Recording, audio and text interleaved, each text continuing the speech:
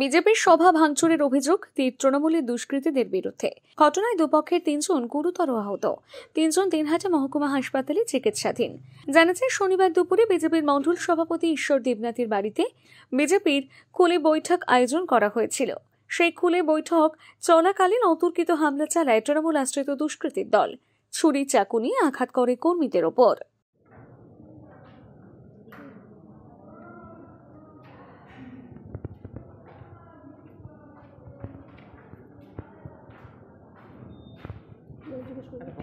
একটা বক্তব্য ধরো।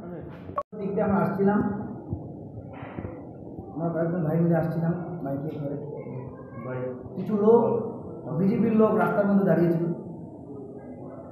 ওই দিক দিয়ে আসার সময় ওরাও কিন্তু আমরা তৃণমূল কংগ্রেস করি, সেই হিসেবে আমাদেরকে ইট এবং পাথর দিয়ে ছোড়া শুরু করে আমরা বাইক তৎক্ষণাৎ ওখানে আমরা দাঁড়া করাবো।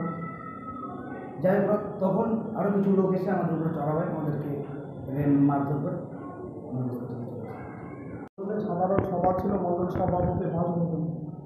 আমরা সেখানে মিটিং যখন শুরু করেছি, মিটিং চলাকালীন অবস্থায় তৃণমূল কংগ্রেসের 25-30 জন হারমাত বাহিনী, আব্দুল মান্নান, ছাত্রনেতা আমির আলম এবং কমিশনার সমীর সরকার সহ এদের উপস্থিতিতে আমাদের উপরে অতর্কিত বোম, বন্দুক থেকে শুরু করে ঘোষালি, দা, বল্লম নিয়ে হামলা চালায়। তাতে আমাদের মণ্ডল সভাপতি গুরুতর জখম হয়েছে, ওনাকে অতীতে নেওয়া হয়েছে।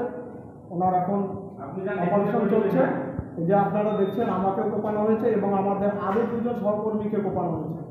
তৃণমূলের অভিযোগ রয়েছে তাদের পুলিশের উপস্থিতিতেই ঘটনা ঘটেছে, পুলিশ ছিল নীরব দর্শক।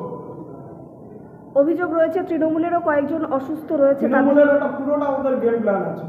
ওরা প্ল্যান করে একদম হামলা চালানোর পরে যাতে ওদের উপরে দায় না চাপে, তার জন্য নিজেরাই নিজেদের ক্ষতি করে এই ধরনের নাটক করছে। আসলে তৃণমূল কংগ্রেসের পাঁচতলা থেকে মাটি ছুড়ে গেছে। যে কোনো মূল্যে বিজেপি সভা সমাবেশ আটকাতে হবে। সভা সমাবেশ মিছিল বন্ধ করার জন্য এটা মরিয়াভাবে একটা শেষ চেষ্টা করছে।